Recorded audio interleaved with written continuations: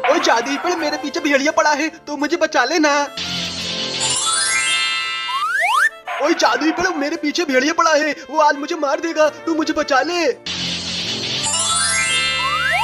जादुई पेड़, आज वो भेड़िया सबको मार रहा है, वो मेरे पीछे भी पड़ा है, वो मुझे भी मार देगा, तू मुझे बचा लेना, प्लीज प्लीज प्लीज। ओए टूनी, मैं तुझे तभी बचाऊंगा जब तू इस वीडियो को लाइक करवाएगी, चैनल को सब्सक्राइब करवाएगी। मेरी प्यारे दोस्तों, वो भेड़िया आ रहा है, वो मुझे मार देगा, मुझे बचा लो, कर दो इस वीडियो को लाइक और चैनल को सब्सक्राइब।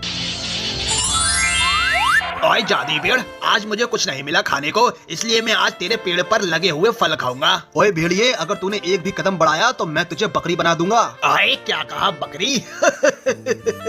अगर हिम्मत है ना जादुई पेड़, तो बना के दिखा फिर।